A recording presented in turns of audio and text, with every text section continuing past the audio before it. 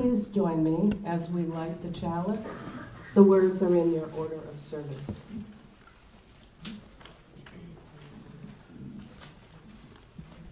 We light this beacon of hope, sign of our quest for truth and meaning, in celebration of the life we share together. And as the flame is lit, may we use this time to settle our hearts, quiet our minds, and bring ourselves into worship together. Thank you.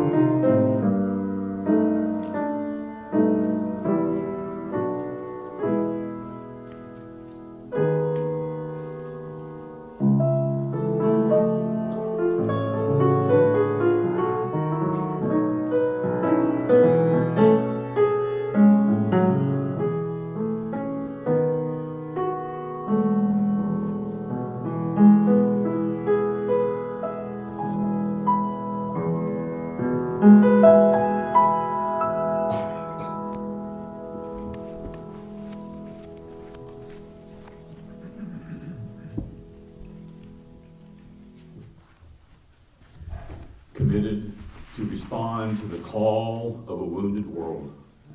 We join together this day with loving hearts and hands and minds, embracing the interconnectedness of water, air, and earth. We light a fire of sustaining hope, ever bright with love and with justice, to create a new world, not of wealth, but of well-being. May we bring forth this day new wisdom, new strength, and new courage.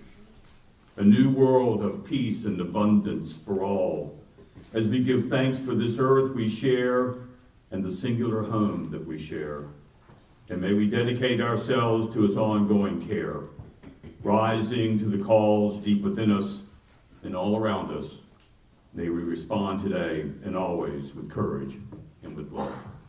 Good morning, my name is Charlie Tyler. I'm the pastoral minister here at the Unitarian Universalist Congregation of the Low Country. It's my pleasure to welcome you here. Those of you who are longtime members, you come here because you know the strength and you know the hope of the people that are sitting around you and surround you. And those of you who are guests and visitors, you have managed to find your way into one of the most welcoming, warm-hearted, and compassionate groups of people that I have ever met, and I think you'll find that to be true here. One of the ways that we would like for you to get to know us a little bit better is if you're willing to stay for our talk back. About 11:15 after the service, we gather back together. We share some of our hearts and thoughts about the message and also those things that are going on in our world. And so you get a chance to see who we are. And the other thing I'd like to do is ask you, if you're willing, to ask those of you who are first or second-time visitors, if you're willing to stand where you are, share your heart, tell us where you're from, that we might be able to recognize you. So, my far right, far left, that's that group over there. Any first or second-time visitors? And in the center section, first or second-time visitors? Thank you, sir. John and Heather Weatherspoon, Hilton Head. Hi. Welcome. Glad you could be here. I'm a South Carolinian by birth. My wife's Canadian.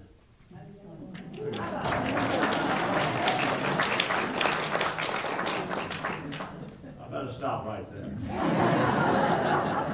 Some of us are jealous. On my far left, far right, this section. Yes, sir, if you would, please. I'm Tom Nosek, and this is my wife, Corky Nosek. We were very active in the Unitarian Church of Augusta, Georgia, about 30 years ago. Then we moved to Cleveland, and we retired at Hilton Head here, and we're happy to be a second-time guest here at the congregation, and looking forward to being involved with you. Thank you so much.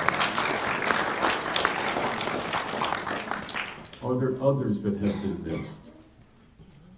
Those of you that are guests, thank you for being here and trusting us for this hour of your life. I think you will find that it has been and will be worthwhile.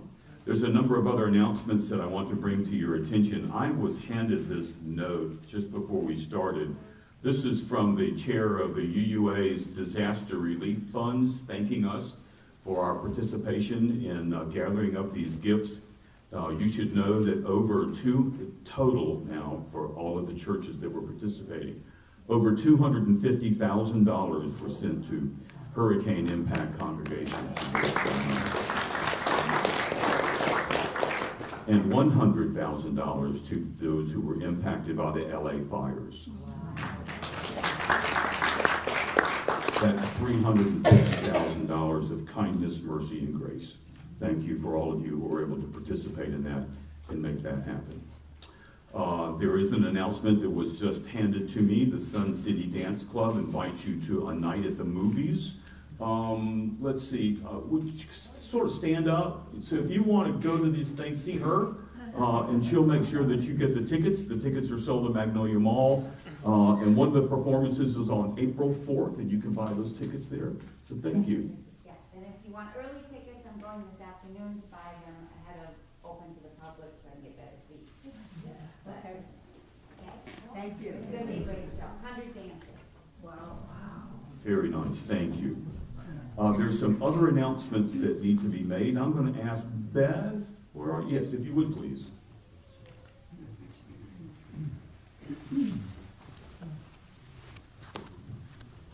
Just a quick reminder to everybody that this Wednesday is our movie night, and the movie for this month is Conclave, which is kind of an uncanny choice at this moment. So there is a sign-up sheet in the lobby. It's at 6 o'clock. Bring your own beverage and a dish to share, and it's a lively and wonderful conversation. So we hope we can see you there. Thank you. Where is it then? Here at the church? Internet. No, but we're on the internet. Where do you find it on the internet? It's streaming on several sites, and I will make a clarification that somebody brought to my attention, that it's the 2025 release, 2025 release, 24 release, because there are two films by the same name or closely. The one that we're watching is the one that's up for the Academy Awards tonight. Thank you, Beth. It is the Unitarian way to make sure that we confuse you with all of your choices, so that all of you watch the wrong movie and will take note. If you want to get clarity, ask Beth again. Thank you. Do you have something? If you would, please. Sure. Yes, thank you. Thank you, Kathy. I'm sorry, you got in here late. All right. Good morning, everyone. I'm Kathy Zeiser with Social Justice, and I'm going to ask if you would like to visit our first. Oh, I'm sorry. Can you hear me now? Yeah. Okay, if you would like, we have our first Social Justice Matters Corner in the lobby. So come and visit us. This month we are highlighting immigration concerns, so there's some literature out there. Also, Social Justice is organizing a trip to Volunteers in Medicine's hydroponic garden. They call it the Pharmacy, F-A-R-M-A-C-Y. The tour will be led by Dr. John Newman, who is the executive director of VIM. So if you're interested, we have a sign-up sheet on the table out there at the Justice Matters table, and with the information for date and time. We can take up to 10 people. So it's because of space, but we can always do a second one if people are really interested. Thank you. Thanks. Sharon and Gary, however you want to divide it, come on up, you two.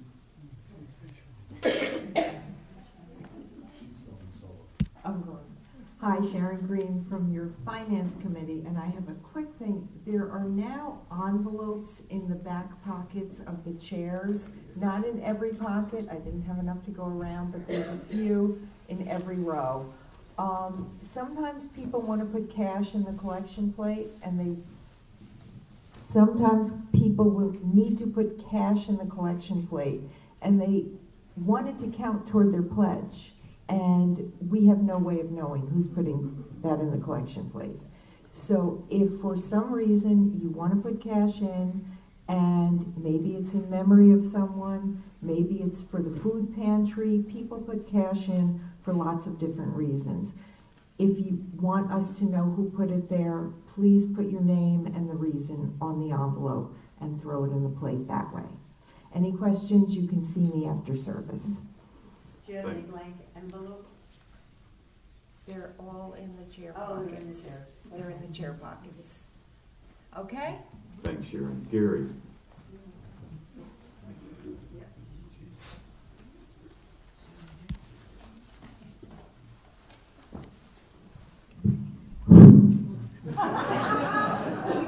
It's working. Hi, I'm Gary Green, Chairman of the Buildings and Grounds Committee, and bear with me while I prepare for this monumental announcement.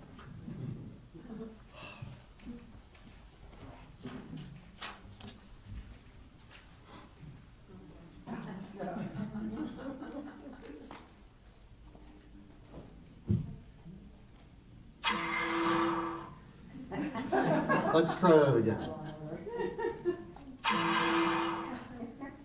I present to you Lawn and Order.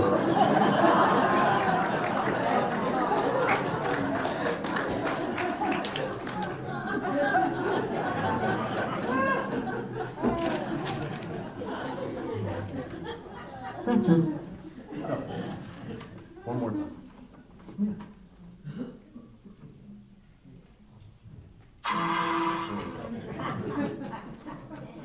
So, Lawn and Order is a code name for our next cleanup and beautification project. There are flyers outside and a sign-up sheet.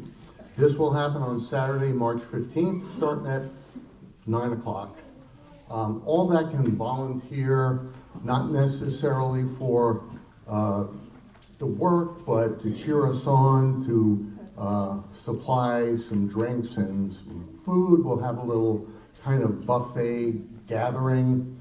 If you can make it, bring some work gloves, rakes, pruners. We'll be raking leaves, clearing brush, clean garden areas, hopefully plant some spring flowers, add mulch, whatever. Again, there's a sign-up sheet, name, email, and what you might be doing. Also on this wonderful flyer is my email address. Feel free to email me with what you can bring, and we'll get it together, have a wonderful time, and beautify this place because it's a wonderful place.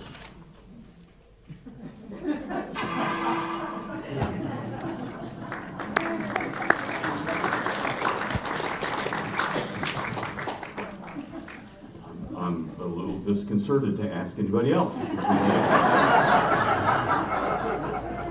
Gary, thank you for your creativity in that. The BGs have always been about that, and Lawn and Order is perfect. What a great handoff. Thank you.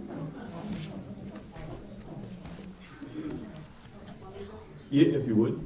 Thank you, Ann. First Saturday night of April is our UUCL's Got Talent show, and we now have a sign-up sheet in the foyer on the table.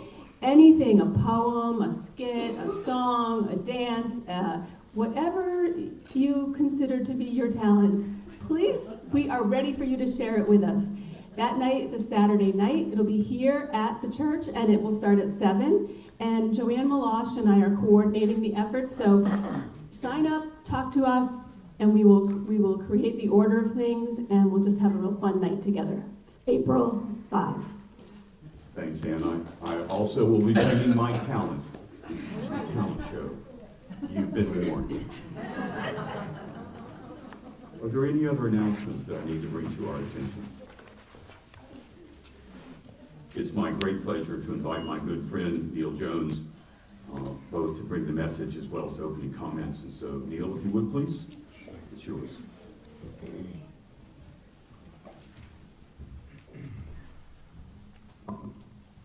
After law and order, I don't think we need a sermon.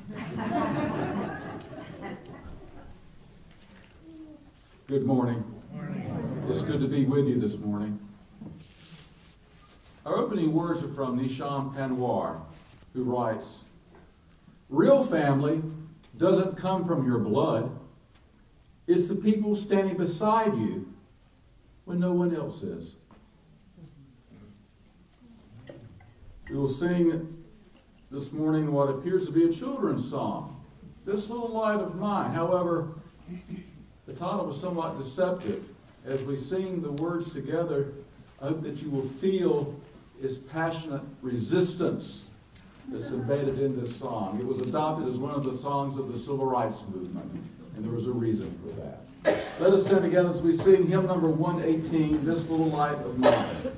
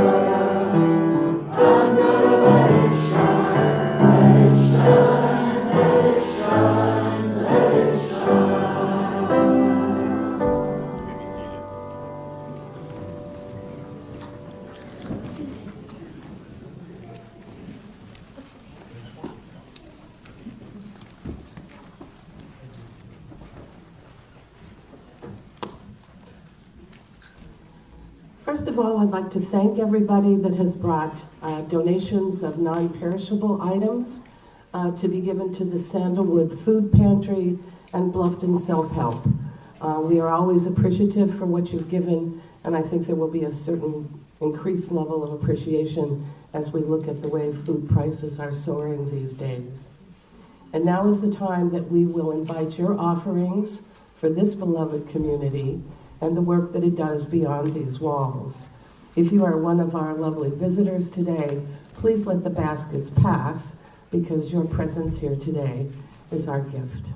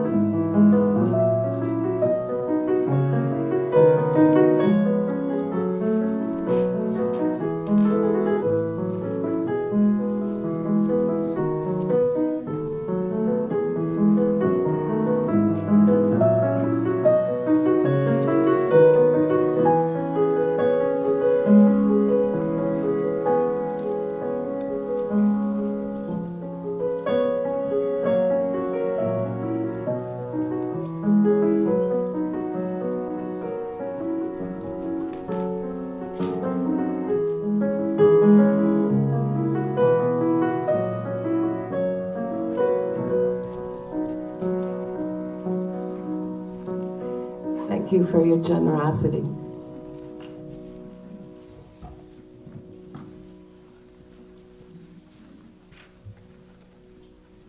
Now is the time in our service where we share our joys and concerns in this beloved community. If you have something to share, please come forward. Take a rock from the basket, tell us your name and briefly what you would like to share, and then place the stone in the cairn. No announcements, please.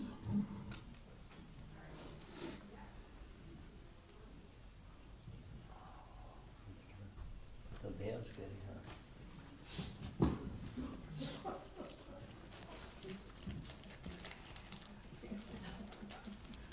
My name is Gordon, and I want you to know that I'm not smiling today, that I wore black intentionally, because there are some things that are happening that are of grave, grave concern to me. And the first one is that we have elected a president who has cast a pall over this earth. And the first thing that I protest is that we are not supporting global warming initiatives. And that is incredible. Us who are older will not be immediately affected, except on a day-to-day basis perhaps, but your children, your grandchildren. And the second one is ignoring NATO, and above all things, that we have turned our backs on Ukraine.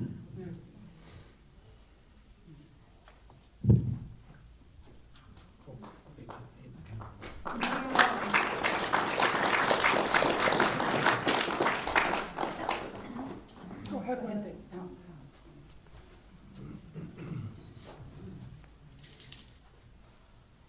From our care committee, I just wanted, I think many of you know that Betsy Morehouse had a stroke this past week. She's doing well. She's able to talk. She has full mobility in her hands and legs. But both Mike and Betsy are exhausted, as you can well imagine, and any support or love you can share would be much appreciated.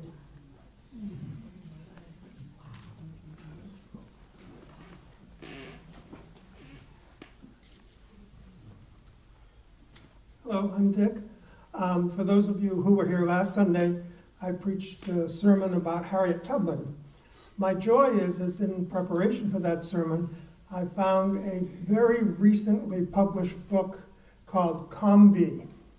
Combie is the name of the river that Harriet Tubman led Union troops up to destroy plantations, and in the process freed 700 slaves. This is a book of scholarship about Harriet Tubman and about the Low Country and what it was like during the Civil War. Quite frankly, some of it is not very pretty. I don't have any room in my bookcase anymore, so I'm donating it to the library in the Clara Barton Room, and I'll be leaving it there. And don't be alarmed by the number of pages. There's a good deal of genealogy that you don't have to read, and lots of footnotes, because this, as I said, is a scholarly book. So that's my joy.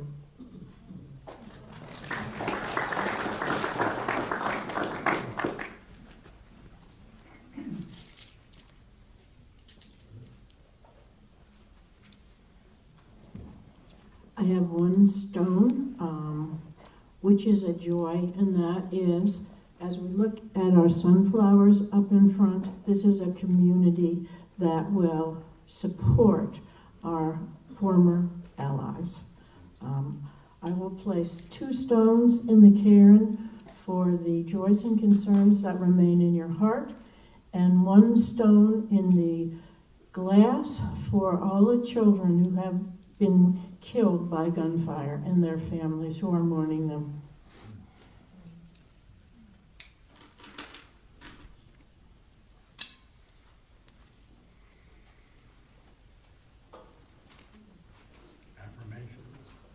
Oh, I'm sorry.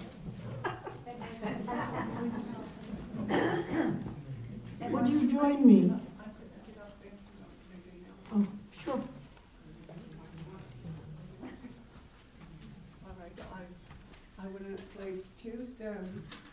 one. Here, come to the mic. Right here. As you know, I'm late. I haven't been here in quite a while, and for all various reasons. But I'm here now, and I wanted to say how much I will miss this church.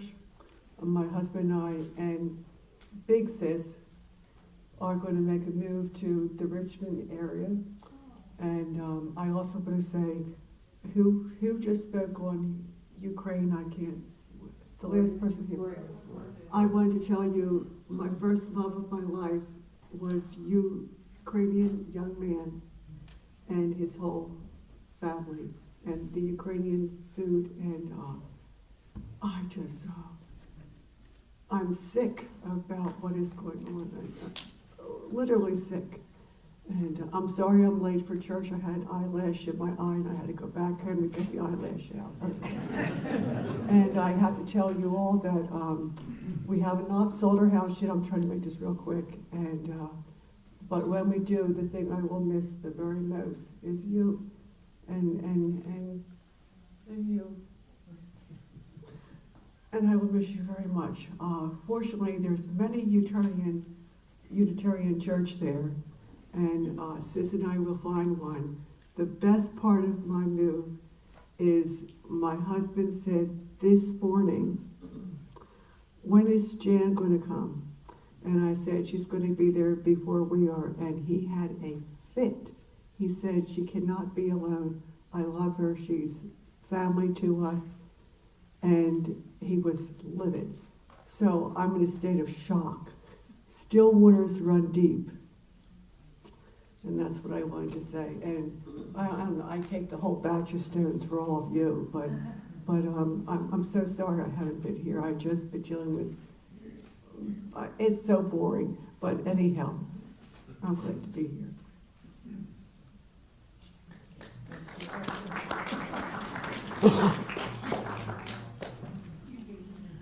Would you join me in saying the affirmation, which is number 693 in the back of your hymnal? And now may we have faith in life to do wise planting, that generations to come may reap even more abundantly than we. May we grow old and bring into fruition the golden dreams of human kinship and justice. This we ask, that the fields of promise become fields of reality.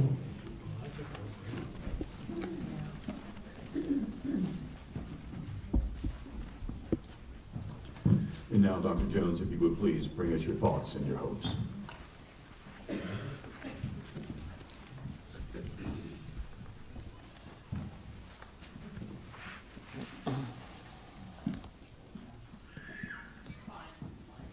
Well, it's no secret that attendance across all religions is dropping in our country, and in this regard, we seem to be following the secular trend of Europe. In the last decade alone, attendance in Catholic churches has dropped 6%, and it would have been much more if not compensated by the influx of Hispanic immigrants, who almost all of whom are Catholic. Mainstream Protestant denominations have also seen fewer attendees. From 1972 to the present, the percentage of Americans who label themselves as Protestant has dropped from 28% to just 10%. And the percentage of regular church attendance has dropped from 9% to less than 3%. Now, UU congregations are essentially maintaining our membership numbers, though as the national population grows, our percentage of the population decreases. This trend is driven in large part by young people in their 20s and 30s who are turning away from organized religion in droves. By and large, they are not joiners of churches or any other institution or group. They're children of social media, and they're more likely than older generations to call themselves spiritual but not religious. In fact, more than 27% of all Americans use this label to describe themselves. Spiritual, but not religious. Now, given our reputation for being anti-authority independents, I imagine that many of us UUs like that label as well. Despite the fact that Unitarian Universalism is a religion. Now, we may not be an organized religion, but we are a religion in that we are the institutionalized expression of individuals' spirituality. And thankfully, our institution allows more freedom of expression of each person's spirituality than most religions. Now, this national trend of becoming spiritual but not religious comes at a cost. One cost is loneliness. A recent study by the health insurer Cigna found that nearly half of all Americans feel lonely. Think about that. Half of us feel lonely. 25 years ago, the average American had 3 confidants, people whom they were close to and trusted enough to be vulnerable with and confide in. Now, usually a confidant is a spouse or a family member or close friend. Today, the average American has just 2 confidants. A quarter of us don't have a single person in our lives that we regard as a confidant. I think that's a sad commentary on our solitary society. Now, we could speculate on the reasons. I would imagine that these devices and our computers are a major culprit as we spend more time in front of a screen instead of face-to-face time with other human beings. Our education and careers now typically take us away from our families and make us transients throughout our lives.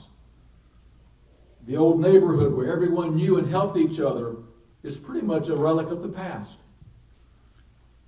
Now we drive into our garages and shut the doors behind us and barely know the neighbors who are strangers who live right next door to us. More and more of us now work from home, myself included, which may save us driving time and save companies office space, but it doesn't allow us face-to-face interactions at work, which is where most of us make our friends. Now, I could continue to speculate on why we are more socially isolated than ever, but I want to look at the cost. Being lonely is bad for your health. After conducting a study of 7,000 men and women, an epidemiologist at Yale found that people who were not connected to others were 3 times as likely to die over the course of the next 9 years as those who did have strong social ties. 3 times more likely. Furthermore, the epidemiologist was surprised to learn that those with close social ties and unhealthy lifestyles actually live longer than those with poor social ties but more health-promoting habits, like exercising regularly and eating vegetarian. So instead of wasting your time going to the gym, hang out with your friends.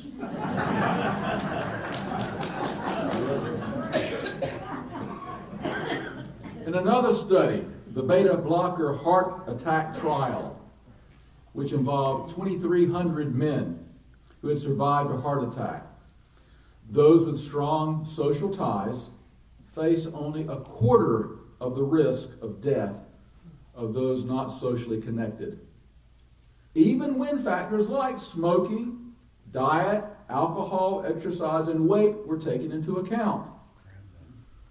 In fact, social connectedness had a greater influence on survival than the heart medicine that was being tested.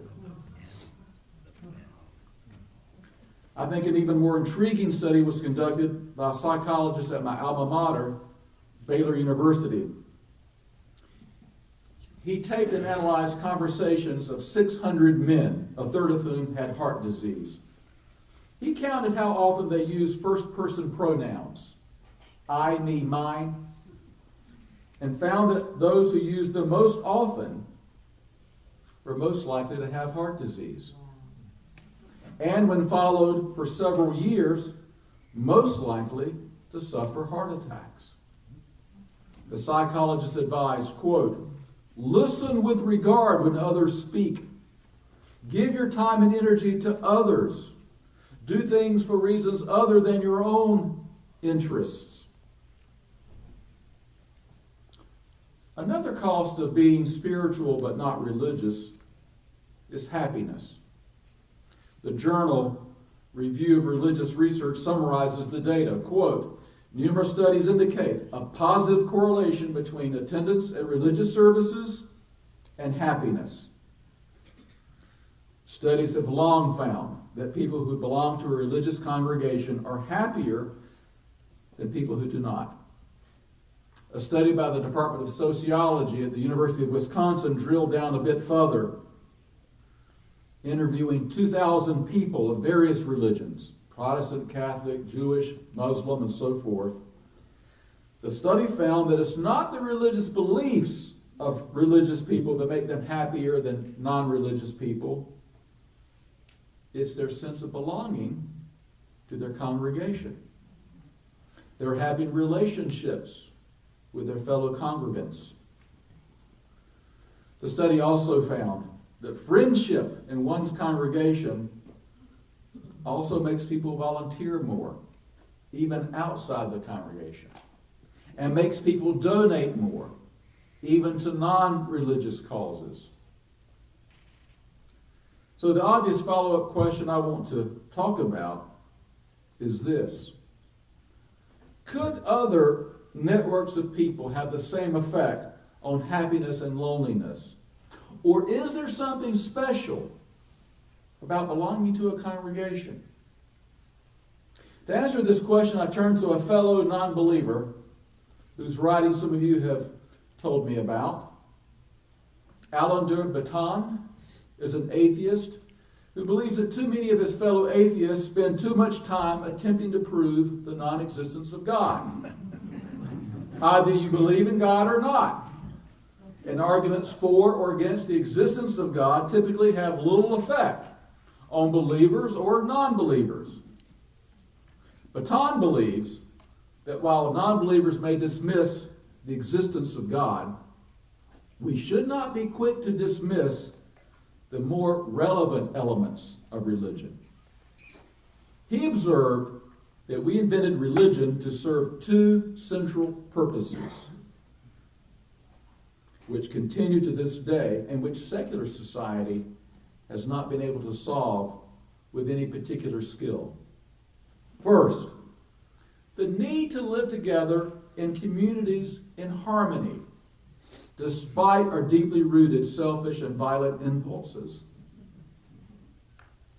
And second, the need to cope with the vulnerability of our humanity, from losing a job, to troubled relationships, to the death of loved ones, and to our own impending deaths. For us humanists, God may be dead, but the urgent issues which compelled humankind to invent a God concept still stir and demand resolutions. Both of these needs are addressed by belonging to a community. And a congregation offers a special kind of community. First of all, we mark off a piece of the earth, put walls up around it, and declare this space to be sacred. Now I know that for many, the word sacred is associated with belief in God, but it doesn't have to be. When we say that this space is sacred, we mean that within the walls of this congregation, of believers and non-believers, our Unitarian Universalist values reign supreme and overrule the values of our culture, which dehumanize people and degrade our planetary home. I'm mindful of the words of Howard Thurman. In the quietness of this place, surrounded by the all-pervading presence of the holy, my heart whispers, keep fresh before me the moments of my high resolve, that in good times and in tempests I may not forget that to which my life is committed. Keep fresh before me the moments of my high resolve. Here, we're reminded on a weekly basis that we are more than the jobs we do, the incomes we earn, the possessions we buy, the successes we achieve, the failures we endure, and the status we may attain. We are reminded that we are human beings who have inherent dignity and worth. And we are reminded that we are whole human beings. Now, other times and places, we generally have to present only our most socially acceptable sides in order to be accepted. But here we acknowledge our whole humanity, including those parts of us that we're tempted to hide and deny, our defeats and disappointments, our losses, our dysfunctions, our bad habits, our prejudices, our childishness, our sadness, our loneliness, our pain, our guilt, our fears.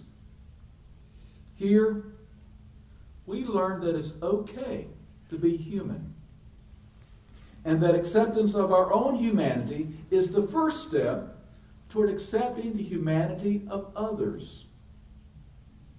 Here, we learn to forgive others when they fall short, and we learn to forgive ourselves for our own shortcomings. But religion, and I think this is true for nearly all religions, including Unitarian Universalism, religion doesn't stop with self-acceptance. It typically pushes its members to stretch for self-improvement, to reach our full potential as human beings. Now, when most of us reach adulthood, we generally expect to be left alone, to live as we like, without being lectured or nagged about how we should live. However, most societies will allow religion the prerogative to teach us how to be better. Once again, belief in God is not necessary for teaching ethics or learning how to be good, though I realize there are still some people who cannot conceive of morality apart from God. But the fact is that in study after study across cultures, in addition to our own personal experience, it verifies that there is no correlation between belief in God and ethical behavior. In fact, these days we see just the reverse oftentimes. Believers behave no better than non-believers, and non-believers behave no worse than believers. So, congregations are in the business of teaching, but there is a world of difference between a congregation and a university.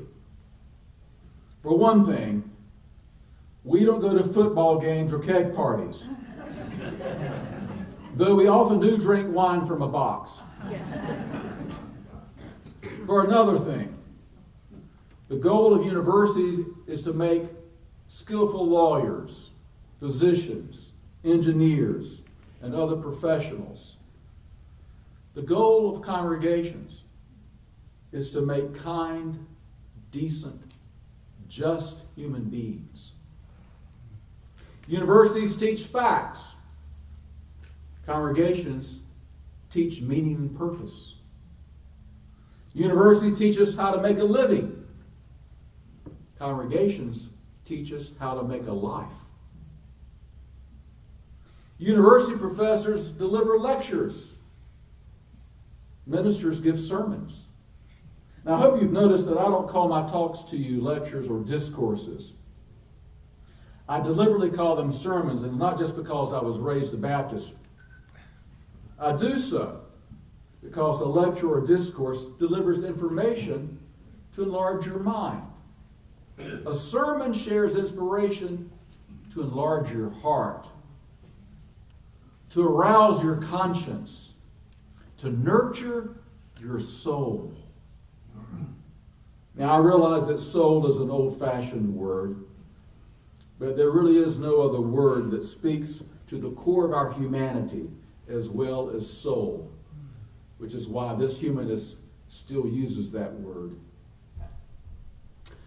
Another difference between secular and religious education is that the university assumes that the chief human problem to be solved is ignorance, and that the chief cure is imparting knowledge. Now, religion would agree that ignorance is certainly a problem, but it would not agree that it is our chief problem. Our primary problem for most people, according to most religions, is not a lack of knowledge, but a lack of will. More often than not, we know what we should do, but we don't do it. Our self-centeredness, our pride, our greed, our impulsivity make us reluctant to act on ideas which we already fully understand but don't act on. In his letter to the early church in Rome, Paul spoke for all of us when he said, "I do not understand my own actions, for I do not what I want, but I do the very thing I hate." And the way we teach in congregations is different too. Our secular society presents us with an incessant stream of new information on a daily, if not hourly, basis. Secular society is in love with novelty. Religion, on the other hand, relies on repetition. We often use the same phrases, sing the same songs, perform the same rituals, observe the same holy days, carry on the same traditions throughout the year, sometimes from week to week, in recognition that we need structure and consistency in our lives to remind us to be our best selves. In fact, as our society speeds up, I think the structure and consistency of repetition is even more essential now than ever before. And we also rely on community to teach us. Now, universities may gather students together in a classroom, but secular education is essentially an individual endeavor. Students take their own notes in class, read their own books, write their own papers, and earn their own grades. Congregations, on the other hand, recognize that we are social beings and that our concepts of good and bad are shaped by the people we spend time with. Congregations know that we are permeable with regard to our social circle, all too apt to internalize and mimic others' attitudes and behaviors. This is one of the ulterior motives of why we spend so much time together in group discussions and group projects. And we teach with role models. The universities have their books, but congregations have their living texts. Some are ancient: Moses, Jesus, Buddha, Muhammad. Some are more recent: Gandhi, King, Mandela, the Dalai Lama. Some are in our midst: Charlie Tyler, Ann Harrison, David and Sarah, Lynn Nordenberg, Gordon Stamler, Marietta Kerr, Betsy Morehouse, Ron Smith, Carol Stevens, Wendy and Anthony Serpy, and so many, many others that I have left out, whose sacrifice and service to their congregation is an inspiration to us all. Am I right or wrong? Yeah.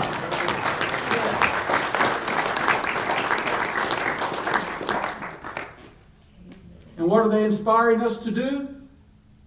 In a word, to care. To care.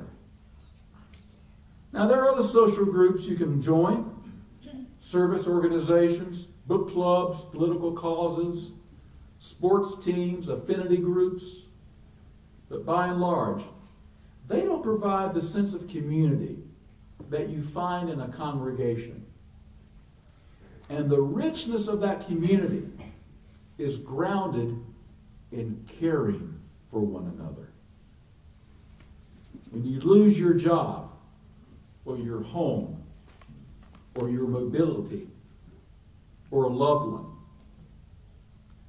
people in a congregation, people in this congregation, will bring you a casserole, mail you a card, call you to check on you, invite you to a movie, take you to your next appointment, sit with you, and let you cry and reminisce and do whatever you have to do to heal.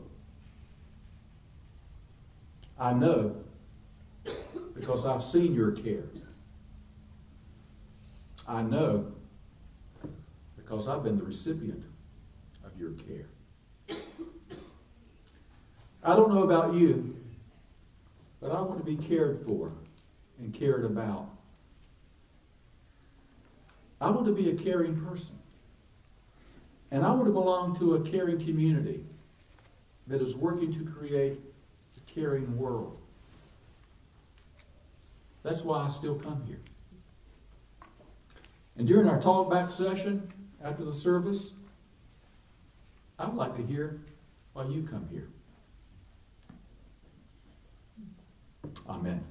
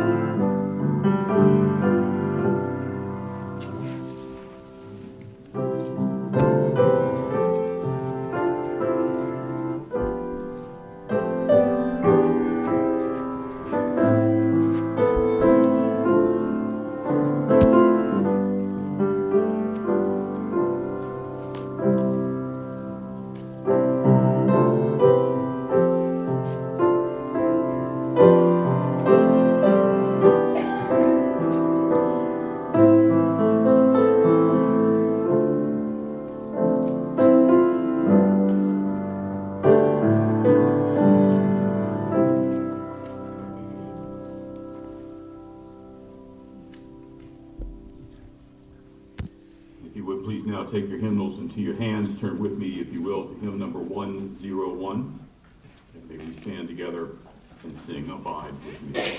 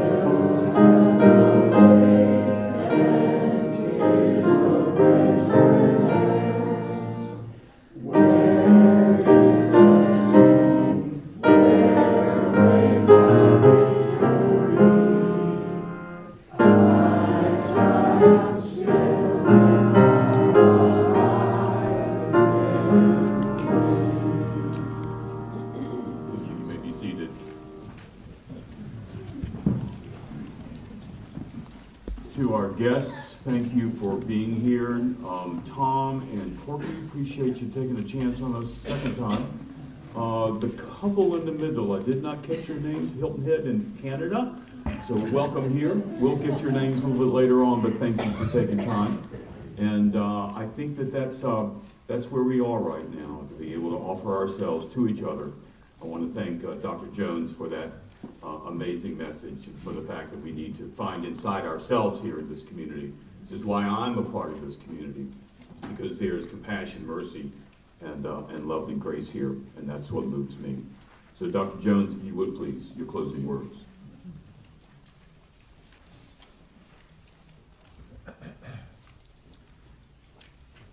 I'll close by repeating those words from Howard Thurman. In the quietness of this place, surrounded by the all-pervading presence of the holy, my heart whispers, keep fresh before me the moments of my high resolve, that in good times or in tempest, I may not forget that to which my life is committed. Keep fresh before me the moments of my high resolve.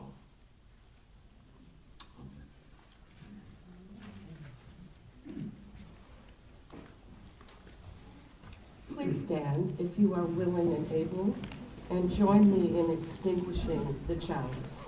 The words are in your order of service. While we extinguish this flame, we still carry in our hearts the light of truth, the warmth of community, and the fire of commitment, until we are together again.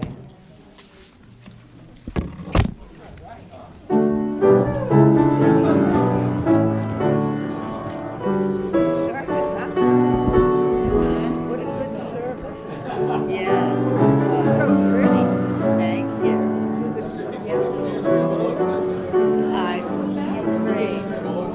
What, honey, I agree. That's my Ukraine. Oh, I'm sorry.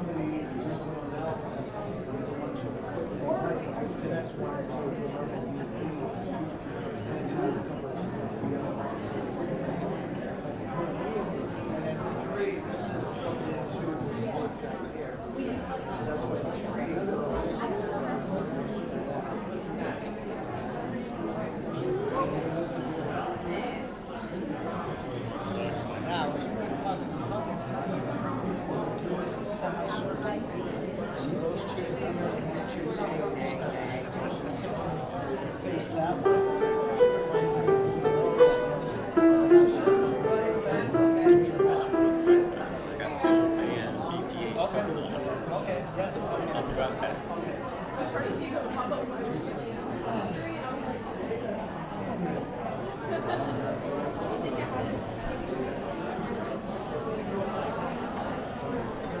week is not good for traveling.